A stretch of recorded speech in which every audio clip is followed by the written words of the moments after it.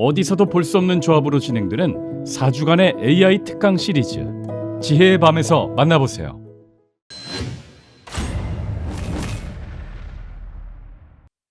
네. 네. 혹시 해외여행 계획 있으신 분들은 PIC 코리아에서 한번 여러 여행 상품들 같이 한번 보시면 어떨까? 가고 싶다. 네. 좋았지? 좋았죠. PIC? 네. PIC는 못 갔죠. 네, PIC는 요즘 약간 좀 그래도 고급 리조트인 거죠? 옛날에는 굉장히 그 비싼 네. 곳이었는데 요즘은 뭐 워낙 비싼 데들이 많아. 그렇습니까? 상대적으로? 풀빌라 뭐 이런 거 엄청 비싸다. 그런 거 비하면. 네, 합리적이죠. 합리적 가격에. 네. 네. 자, 그러면 오늘 또 뉴스 어떤 뉴스들이 준비되어 있을까요? 네. 3프로TV 권순우 취재팀장님 모셔보겠습니다. 어서 오십시오. 예, 안녕하세요. 삿포로TV 권순우 취재팀장입니다. 네, 반갑습니다. 네. 자, 정프로님 오셔도 오를 건 오르네요. 그러니까요. 뭐 정프로가 무슨 영향이 있겠습니까? 네. 네. 어제 우리 시장도 힘을 좀 냈고요. 예, 미국 시장도 좀 빠지나 싶었는데 막판에 들어 올려가지고 아하. 결국 강보합으로 마감을 했습니다. 네. 다우존스가 0.3% 정도 상승을 했고요. 나스닥도 0.28%, S&P 500도 0.33% 올랐습니다. 차트 같이 보시면은 이렇게 중간에 쭉 내려갔다가 마지막에 이렇게 들어 올리면서 좀 끝나는 모습들을 좀 보였어요. 네. 그러니까 시장이 생각보다 좀 걱정들은 많이 하면서도 힘은 좀 있는 것 같아요. 좀 뭔가 좀 너무 많이 오른 거 아닌가, 뭐 지금 경기가 그렇게 좋은 것 같진 않은데 그래서 좀 약세를 보이다가 그래도 좀 막판엔 다시 힘을 내는 그런 모습을 좀 보이고 있습니다. 네, 요즘 시장에 대한 또 아주 새로운 시각이 어제 저녁에 우리 네. 우동철 팀장하고 이야기를 좀 나눴었거든요. 네. 혹시 어제 저녁 방송 못 보신 분들은요, 한번 체크해 보시면 굉장히 흥미로운 시각 뷰를 또 보실 수가 있습니다. 자, 어떤 내용인데요? 심플하게만 말씀드리면, 그러니까 주가 측면에서 보면 지금이 랠리의 시작인 것 같다. 그런 차원의 이야기입니다. 주식이? 시작인 것 같다고요? 네. 땡큐. 땡큐. 한번 보시면 아주 재밌습니다. 예. 알겠습니다. 자, 그리고 오늘 예. 뉴스 한번 가볼까요? 첫 번째 뉴스는요. 미국이 전기차 보조금 차종을 공개를 했어요. 근데 거기에서 현대기아차는 모두 빠졌습니다. 근데 관련 소식 이전에 한번 전해드린 적이 있었는데 뭐 실제로 이제 세부 지침 나온 거 차종이 나온 거에서 좀 빠진 거를 확인하게 됐습니다. 원래 그 대상이 되는 차종이라고 할 수 있는 거는 원래 GV70이 있었어요. 네. 그러니까 이게 조금 그 구조가 좀 복잡하긴 한데 이번에 세부 지침 나오기 전까지만 하더라도 그 미국에서 조립한 차종에 대해서만 보조금을 지급을 했습니다. 그러다 보니까 미국에서 조립을 하지 않았던 아이오닉 5 같은 경우는 보조금에서 좀 제외가 좀 됐었고요. 그리고 GV70 전기차 같은 경우는 미국에서 조립을 해요. 네. 그러니까 좀 받을 수 있을 거다라는 왜안 기대가 되는 좀 거예요? 있었는데 이번에 세부 지침 나오면서부터 들어갔던 조항이 이제 북미산 조립뿐만 아니라 광물하고 부품 조항이 들어갔어요. 그러니까 어떻게 돼 있냐면은 기본적으로 미국에서 만든 자동차여야 합니다. 네. 이 조건이 충족되지 않으면 아예 보조금을 못 받아요. 네. 근데 이게 첫 번째 관문이 미국에서 조립한 자동차라는 거고 두 번째 관문이 그 광물 기준으로 50% 이상 미국이랑 FTA를 맺은 국가에서 만들어야 되는 조건이 하나 있고요. 예. 두 번째 조건은 그러면 그 부품을 조립을 또 미국이나 북미에서 해야 합니다. 이 두 가지 조건을 모두 충족해야 7,500달러의 보조금을 받을 수가 있어요. 예. 근데 일단 GV70 같은 경우는 그 엘리바마 공장에서 조립을 하니까 기본 전제 조건은 맞췄는데 그 배터리의 광물 조건하고 부품 조립 조건을 못 맞췄어요. 그게 왜 그렇게 됐냐면은 GV70에 들어가는 그 배터리가 SK온 배터리를 쓰고 있어요. 네. 근데 그 배터리 셀을 제가 확인한 바로는 중국 공장에서 만든 배터리 셀을 쓰고 네. 있습니다. 그러니까 그 셀의 광물 조건을 맞출 수가 없었고요. 조립 조건도 못 맞췄습니다. 네네. 그래서 이번에 보조금을 받을 수가 없게 됐고요. 뭐 듣기로는 뭐 내년 정도부터는 뭐 반반 정도는 맞출 수 있지 않겠느냐 정도의 얘기를 듣긴 했는데 이거는 조금 돼봐야 알 수 있을 것 같습니다. 실제로 딱 뭐로 특정이 됐나요? 예예. 차종이 예, 아니 예. 그러니까 그게 아니라 들어가는 광물 뭐 퍼센트 뭐 이런 식으로. 그 광물 조건 50%는 확정이 됐는데 네. 이거를 저도 좀 취재를 좀 해보면서 좀 명확하게 해보려 그랬어요. 근데 이게 얼마나 들어가야 뭐가 들어가야 50%인지 이거를 정확하게 알기가 좀 어렵더라고요. 근데 어쨌든 미국 정부에서 이렇게 얘기한 거는 다 제출을 했을 거 아니에요. 네. 우리가 원산지가 어떻게 되고 부가가치가 어디서 창출되고 제출이 됐을 겁니다. 그래서 그냥 결과만 좀 보아야 될 것 같은데 네. 지금 그냥 한번 봤어요. 그 외신에 나온 거 중에 그 어디가 보조금 받을 수 있는지 같이 좀 어떤 게 받아요, 보실까요? 진짜? 뭐 GM의 캐딜락, 뭐 이게 세공공장도 이렇게 좀 나오는데 캐딜락? 캐딜락의 리릭이라는 차종인데, 리릭. 예, 그 쉐보레의 그 볼트 EUV하고 볼트 EV 같은 거 이렇게 받을 수 있습니다. 이코녹스, 실버라도 이런 거 받을 수 있고요. 그런데 대부분 LG엔솔 들어가는 거죠. 그렇죠. LG엔솔의 미국 공장에서 만든 그쵸. 배터리가 들어가기 때문에 받을 수 있습니다. 포드의 라이트닝이나 마하2, 뭐 트랜짓 이런 것들도 SK온 배터리를 라이트닝 같은 경우는 SK온 배터리 쓰는데 이거는 미국 공장에서 만드는 배터리 쓰고 있습니다. 네, 네. 그래서 그리고 이게 그냥 구글 번역기 돌린 거라 창색이라고 나오는데 그 제네시스? 제네시스입니다. GV 전기차는 못 받고요. 그 짝대기 쳐진 건 못 받는 거예요? 예. 네. 니산의 리프 같은 경우도 못 받습니다. 그리고 리비안이 저기 그 삼성 SDI 배터리 있었거든요. 근데 왜? 근데 이거를 저도 좀 세부적으로 다 취재를 하지 못했어요. 어저께 밤에 나온 거라 차종별로 어느 배터리 쓰는지를 다 확인하기 좀 어려웠습니다. 그러니까 테슬라 같은 경우도 저 일부 차종에 대해서 보조금 못 받는다는 얘기가 좀 있었거든요. 그 CATL 배터리 들어간 게 테슬라가 좀 있어서 예. 못 받는다는 얘기가 있었는데 여기 나온 걸로는 좀 그게 뭐 다 받네요. 받을 수 있도록 네. 돼 있고요. 폭스바겐 같은 경우도 이게 제가 알기로는 여기가 한국 배터리 쓰는 걸로 알고 있거든요. LG 엔솔 거 쓰는 걸로 알고 있는데 그래도 보조금 좀 제외가 됐고요. 그 플러그인 하이브리드 같은 경우에도 이제 아우디, BMW 다 근데 미제만 됐네 다.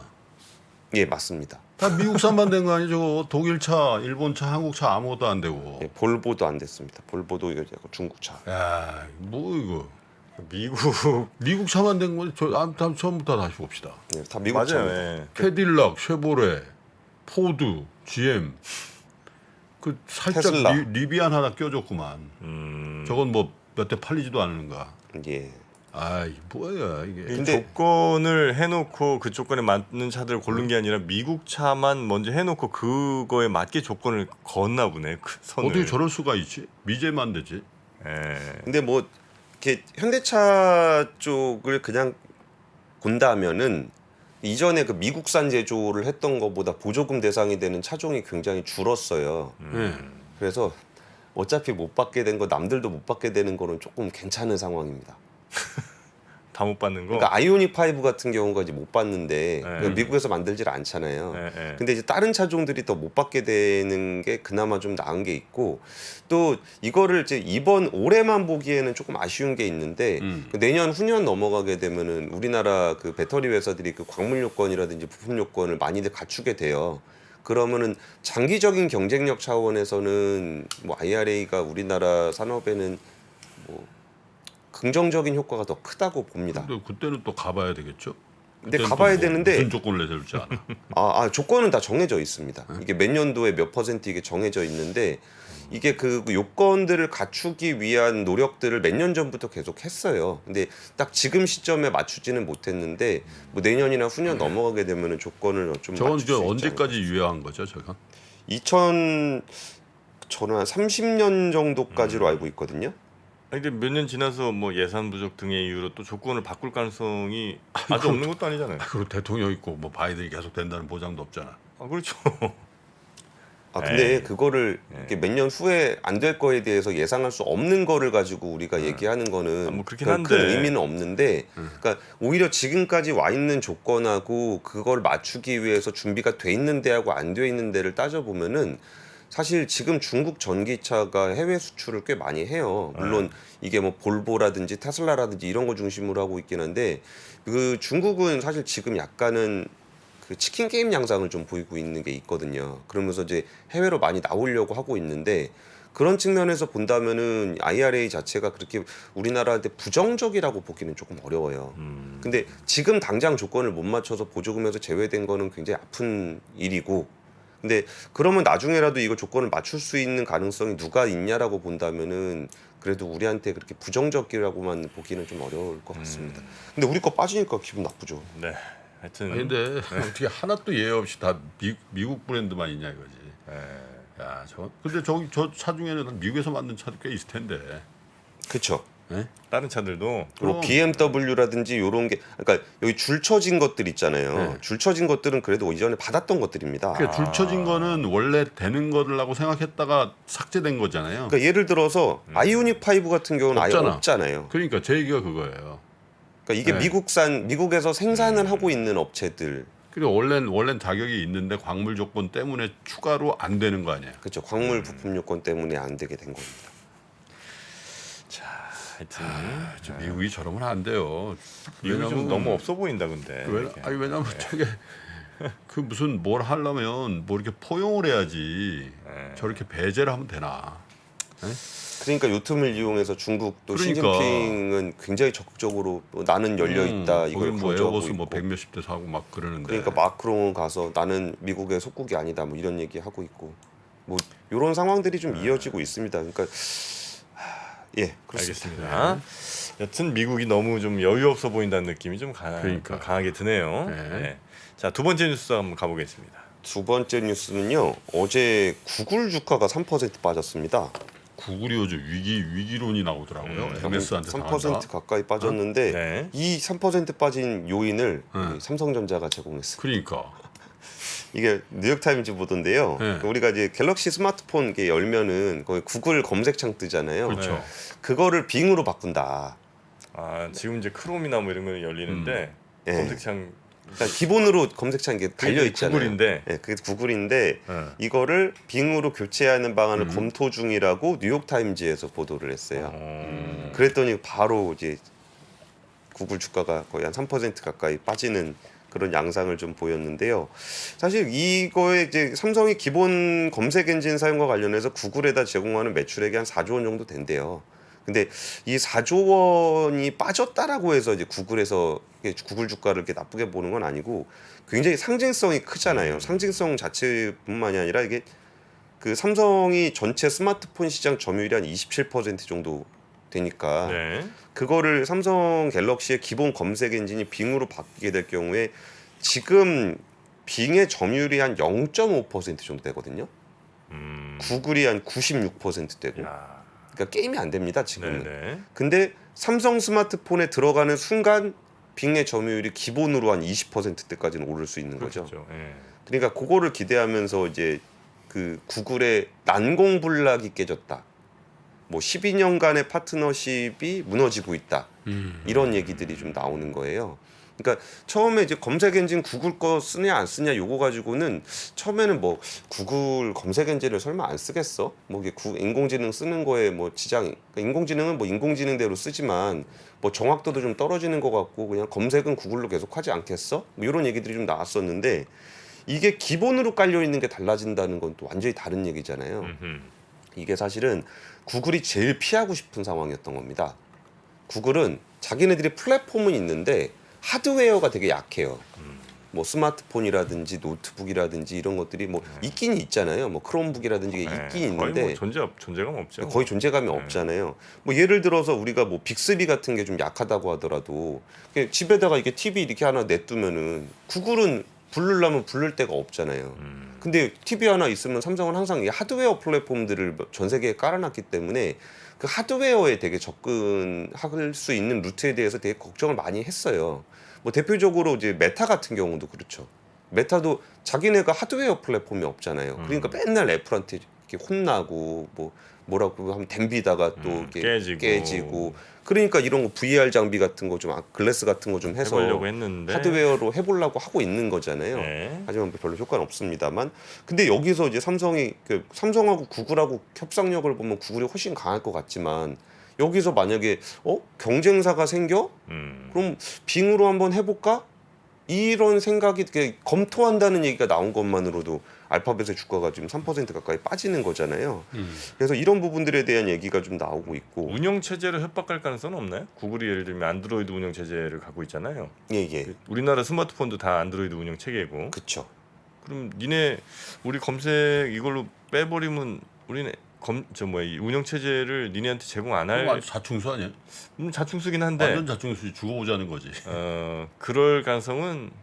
그러니까 이게 네. 바꾸는 게 쉽진 않아요. 네. 쉽진 않은데 그래서 이제 뉴욕타임즈를 비롯한 모든 그 매체들이 쓰고 있는 얘기가 난공불락으로 보였던 구글 검색 사업에 대한 첫 번째 균열이라는 표현을 쓰고 있는 거예요.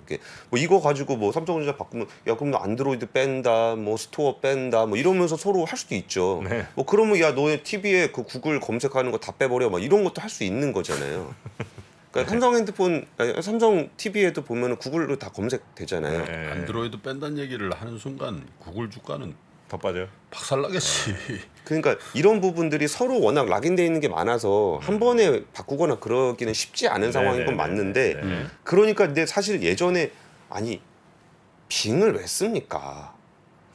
예전 같았으면 그쵸. 예전 빙이라면 구글하고 그렇게 끈끈한 관계가 있는데 말 한마디라도 그럼 우리 빙으로 바꿀게요 그러면 누가 좋아하겠어요? 모두 다 좋아하지 않는데 지금은 이 챗GPT를 비롯한 그 인공지능 기술이 나오다 보니까 빙으로 바꿀까라는 검색한다는 얘기 자체가 뭐 그럴 수도 있지 않을까라는 생각이 드는 것 자체가 구글에는 엄청나게 큰 위협이 되는 거죠. 네네.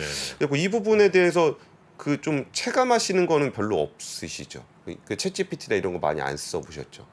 해보긴 했는데 뭐 이렇게 자주 쓰는 편은 아니라 예. 뭐 엄청 빙이 필요하고 뭐 이런 건 잘 모르겠어요. 그래가지고 이게 제가 왜 그럴까 좀 생각을 해보니까 이게 영어라 그렇습니다.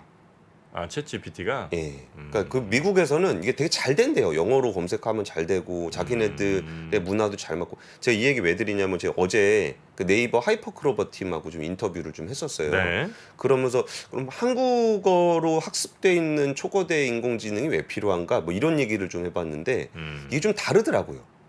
그 인공지능도 일종의 그 사람같이 생각을 하는 거잖아요. 네네. 그러면은 예를 들어 챗GPT는 외국어 정말 잘하는, 그러니까 한국말 되게 잘하는 외국인이라고 하더라도 한국 사람 특유의 그런 문화라든지 뭐 이런 것들이 좀 낯설잖아요. 네. 그래서 우리가 그 챗GPT를 쓸 때 그 파급력에 대해서 좀 덜 느끼는 것 같아요. 번역을 하여주긴 했지만. 근데 이게 하퍼크로버나 이런 데에서 그 한국형으로 진짜 인공지능을 만들어서 우리 정서에 맞는 뭔가를 사용하게 되면은 또 우리가 느끼는 체감도가 또 많이 다르지 않을까 그런 생각이 좀 들었습니다. 네. 그래서 이 뉴스들도 야 이게 진짜 이 구글 검색을 바꿀 수도 있다고? 라는 그냥 일말의 균열이 생겼다는 것만으로도 큰 뉴스가 아닌가 싶습니다. 그러네요. 자, 그러면 세 번째 뉴스도 가보겠습니다. 세 번째 뉴스는 그 한국은행 발표 자료인데 기사 제목은 중국 리오프닝만 기다렸는데 여행 수지 적자 더 커질 듯. 이거 제가 요새 좀 유심히 보고 있는 분야인데 중국의 경기 회복이 조금씩 나타나고 있는 것 같아요. 근데 여기서 우리나라 산업이 그 온기를 같이 느낄 수 있는 데가 어딜까라는 거를 계속적으로 바라보고 있는데 한국은행 자료에서는 그 국내 경제에 미치는 영향이 좀 제한적일 거다라는 분석이에요. 이거를 좀 한국은행은 되게 정확하게 숫자로 좀 보여주고 있는데 제조업 성장률, 그러니까 중국의 성장률이 제조업 위주로 1%포인트가 높아지면은 한국의 성장률은 0.11%포인트 상승한다. 그런데 서비스업 위주로 1%포인트가 오르면 이보다 약한 0.08%포인트가 상승한다. 네. 그러니까 근데 지금 중국에서 나타나고 있는 성장세가 내수 경기 위주로 좀 회복을 하고 있잖아요. 중국 경기가. 네. 그러다 보니까 이제 여기서 조금 우리나라가 얻을 수 있는 수혜가 좀 약할 거다라는 거예요.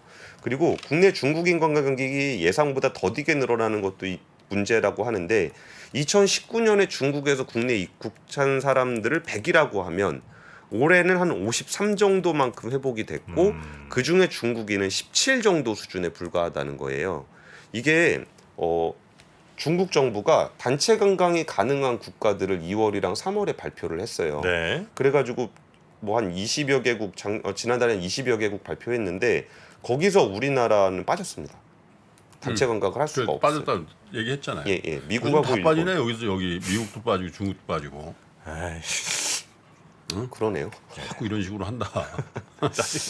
그런데 제가 네. 꼭 이렇게 이 얘기만 하려고 그런 건 아니고 제가 이거 계속 쳐다보고 있다고 말씀드렸잖아요. 네. 근데 요즘에 좀 현장에서 들리는 얘기는 중국 관광객이 좀 돌아오고 있다라는 분위기가 감지가 된대요.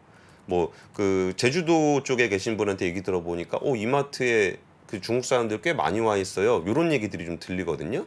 그리고 이제 명동에도 좀 와 있다라는 얘기도 좀 들려요. 그러니까 이게 시차가 조금 더 기다려봐야 되지 않을까 싶은 건데, 그리고 오늘 나온 뉴스를 보니까 이거는 중국 언론에서 나온 얘기인데, 그 노동절 연휴 기간 동안 중국 본토 밖으로 가는 여행객 목적지 탑 10을 공개를 했어요. 근데 거기에서 한국이 해외 기준으로 3위를 차지했다라는 겁니다.